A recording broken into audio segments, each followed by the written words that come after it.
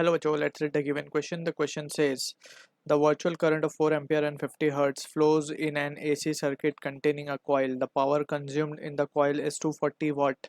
If the virtual voltage across the coil is 100 volt, then its resistance will be option 1 1 by 3 pi ohm, option 2 1 by 5 pi ohm, option 3 15 ohm, option 4 1 by pi ohm.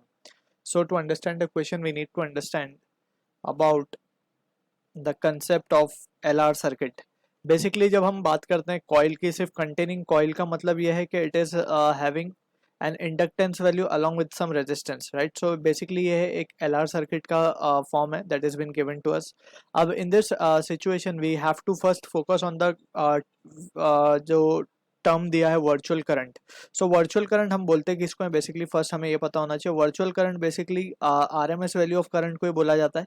IRMS भी बोला जाता है इसको, या फिर effective value of current भी बोला जाता है in the circuit, right. So that is what the term we need to be clear with. अब इसके बाद हम बात करते हैं थोड़ी LR सर्किट के बारे में.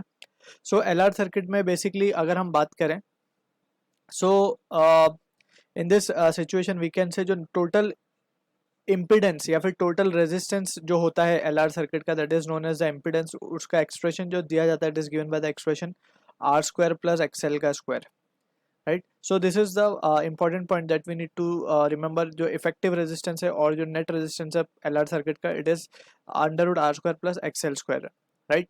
ऑल्सो यहाँ पे हम बात करते हैं थोड़ी सी पावर के रिलेटेड. सो पावर जो होता है दैट इज एवरेज पावर. अगर कुछ मेंशन नहीं है which type of power that is instantaneous और average, so we will consider it as to be the average power. वो चीज़ हमें ध्यान रखनी है. और अगर वोल्टेज और करंट के बारे में कुछ गिवन नहीं है कि कौन सा है, तो ये by default will consider it as to be RMS value. But यहाँ पे वर्चुअल मेंशनड है तो it is RMS value only. So P average के दो फॉर्मूलेज हैं हमारे पास. V not upon under root I not upon under root into cos phi, where cos phi the power factor, right. और यहाँ पे for this particular case that is for LR circuit, जो cos five की value होती है that is R by Z. So that is the thing we need to keep in mind. अब यहाँ पे we can see from this situation, इसी को V not by root two को क्या लिख सकते हैं, VRMS. I not by root two को क्या लिखा जा सकता है, IRMS into cos phi, and that is equals to the value of P average. अब यहाँ पे we need to be careful. ये हमेशा हमें जो वैल्यूज मिलेंगी R बाय Z ही मिलेगी for any means combination. But Z की वैल्यू अकॉर्डिंगली चेंज होती जाएगी. जैसे यहाँ पे अभी for LR circuit is under root R square plus XL का स्क्वायर, राइट. अब यहीं से we can begin with our solution part. So we can say सबसे पहले तो P एवरेज का रिलेशन यूज करके हम cos फाइव की वैल्यू निकालते हैं. IRMS VRMS into cos five. So यहाँ से हम देख सकते हैं कि ये हमें 240 गिवन है and that is equals to VRMS हमें 100 गिवन है और ये हमें 4 एम्पियर गिवन है and into cos five. So यहाँ से cos फाइव की वैल्यू आ जाएगी हमारे पास 240 by 400 that is equals to 3 by 5, ठीक है. सो ये मिल गई cos फाइव की वैल्यू. एंड cos फाइव ही हमारे पास क्या है, R बाय Z. Z क्या है basically R square plus XL का स्क्वायर, और we are interested in finding this value of R only, right.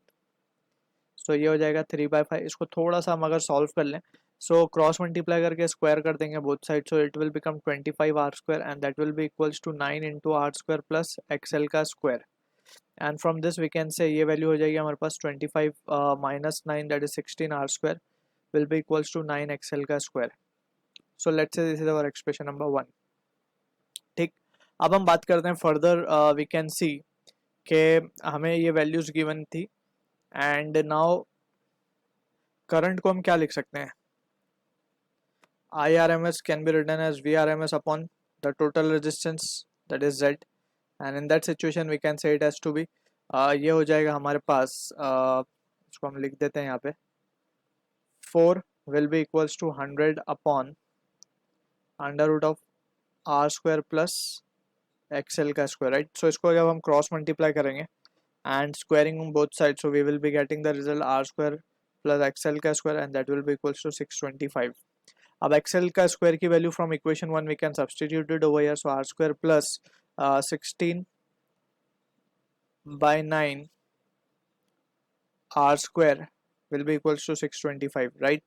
अब यहाँ से ये हो जाएगा 25 R square and will be equals to 625 into 9, ठीक है. And from this situation we can say जो R की वैल्यू हमारे पास आ सकती है आर की वैल्यू आ जाएगी हमारे पास, R square will be equals to 25 into 9, and on taking the root ये हो जाएगा 5 इंटू 3 यानी कि 15। सो ये बेसिकली अभी फिलहाल के लिए इसको हम 225 लिख देते हैं यहाँ पे, एंड फाइनली आर की वैल्यू आ जाएगी 15 ohm. So this is the answer to the question जो कि मैच होगा ऑप्शन 3 के साथ। I hope you understood the solution. All the best.